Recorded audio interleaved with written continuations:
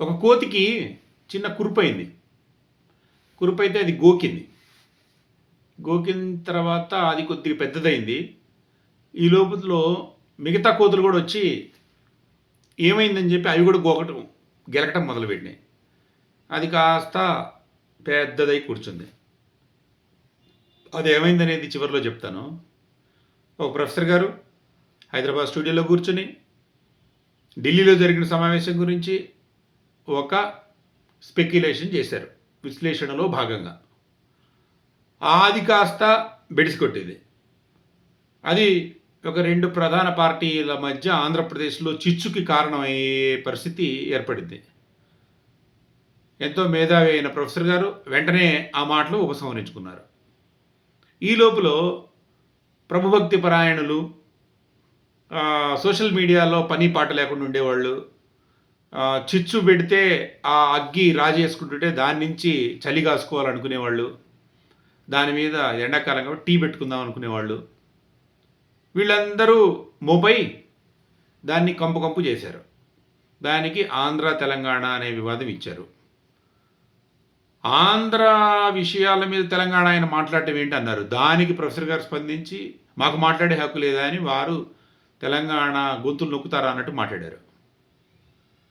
ఈ లోపల ఆయన మీద కేసులు పడ్డాయనే మాట వచ్చింది. అది నిజమో కాదో తెలియదు. ఈ లోపల ప్రొఫెసర్ గారు ఇక్కడ తెలంగాణ డీజీపీ గారిని కలిశారు. ఆయన ఇంటి దగ్గర పోలీసుల అడావుడి, జనాల్లో కన్ఫ్యూజను.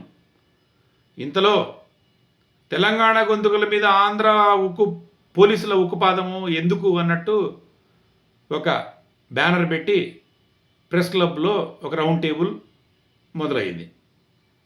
ఆ రౌండ్ టేబుల్లో పాల్గొన్న తెలంగాణ వాదులు, మాజీ జర్నలిస్టులు, ఇప్పుడు యాక్టివ్గా ఉన్న యూట్యూబర్లు, ఇన్ఫ్లుయెన్సర్లు అక్కడ చేరి ఇది ఆంధ్ర తెలంగాణ సంబంధించిన సమస్య అన్నట్టు మాట్లాడారు.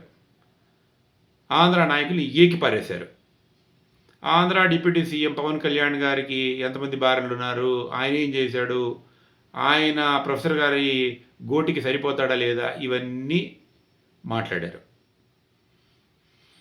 ఇది మొత్తం రెండు రాష్ట్రాల మధ్య చిచ్చుకు దారితీసింది.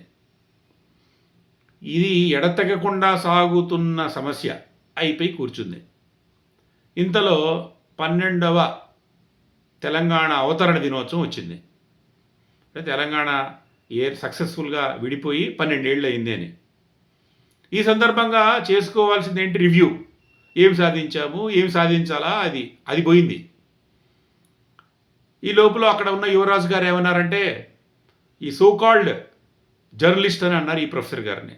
మా ప్రొఫెసర్ గారిని, మేధావి అయిన ప్రొఫెసర్ గారిని మీరు సోకాల్డ్ జర్నలిస్ట్ అంటారా అని ఈయన అభిమానులకు కోపం వచ్చింది. నాకు కూడా వచ్చింది. సార్ వీడియో చేశాడు సోకాల్డ్ జర్నలిస్ట్ అని. ఇంతలో పవన్ కళ్యాణ్ గారు రాజమండ్రి పోయి ఒక మీటింగ్ పెడుతూ తనదైన శైలిలో ప్రొఫెసర్ గారి మీద వ్యంగ్యాస్త్రాలు స్పందించాడు. ఈ లోపల ఈ అవతరణ దినోత్సవం వచ్చింది. అవతరణ దినోత్సవం కరెక్ట్ వేదిక. ఈ సందర్భంగా మనం ఏదైనా చేయొచ్చు, ఒక మీటింగ్ పెడదాం అనుకున్నారు. ఆ మీటింగ్కి పోలీసులు పర్మిషన్ ఇవ్వలేదు. నా మీటింగ్కే పర్మిషన్ ఇవ్వరా అని డిప్యూటీ సీఎం గారు అయిన ఆయన ఇంటి దగ్గర ప్రెస్ కాన్ఫరెన్స్ మీటింగ్ ఒకటి పెట్టి ఆయన స్టైల్లో ఒక 40 నిమిషాలు విజృంభించారు. దాంట్లో హెచ్చరికలు, వివరణలు, ఉపోద్ఘాతాలు, ప్రవచనాలు అన్నీ ఉన్నాయి దాంట్లో. తెలంగాణ నీ కోసం 2007 నుంచే తాను పనిచేస్తున్నానని, గద్దర్ గారికి వాహనం కొనిపెట్టారని, కొండగట్టు ఆంజనేయ స్వామికి డబ్బులు ఇప్పించానని, తండాల్లో వాటర్ రావటం కోసం ఏదో బోర్లు వేసానని రకరకాలుగా వారు చెప్పారు. కాంగ్రెస్ని, కమ్యూనిస్టులని అందరినీ వారు మంచివాళ్ళు అంటూనే వారు అనాల్సింది వాళ్ళు చెప్పారు. ఎన్నికల్లో పోటీ చేస్తాం, బరాబర్ పోటీ చేస్తాం, ఇది ఏ జాగిరా, తాటాకు చప్పలకు బెదిరేది లేదు అన్నారు.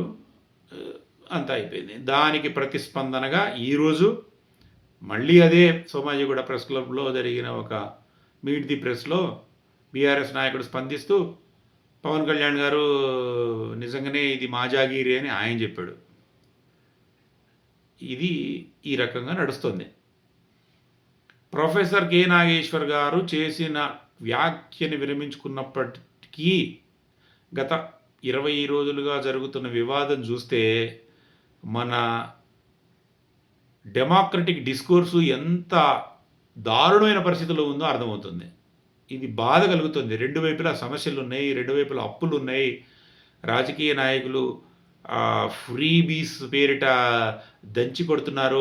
ఎన్నో మాటలిచ్చారు. ఒకడు రూ. 10 ఇస్తాడంటే ఇంకోడు రూ. 15 ఇస్తానన్నాడు. ఇద్దామంటే లేవు, డబ్బులు లేవు. మొత్తం 2 రాష్ట్రాలు బతుకుతున్న దేని మీద? లిక్కర్ మీద. ఈ భూముల అమ్మకాల మీద. యూనివర్సిటీ విద్యకు సంబంధించి చేయాల్సిందెంతో ఉంది. 2 గత ప్రభుత్వాలు చేసిన డ్యామేజ్‌ని చెప్పుకుంటున్నాం. వాటిని సవరించాల్సిందుంది. అయన్నీ పోయినాయి. ఏమన్నా అంటే విగ్రహాలు తెస్తారు. ఇంకేమన్నా అంటే నిగ్రహం కోల్పోయి ఈ తెలంగాణ వాదాన్ని వెనక నుంచి ఎంజాయ్ చేస్తున్నారు. కోతులు ఆ ఒక కోతికి గాయమైతే గెలికినట్టు ఒక విషయాన్ని గెలికి మన వాళ్ళు ఈ స్థాయికి తీసుకొచ్చారు.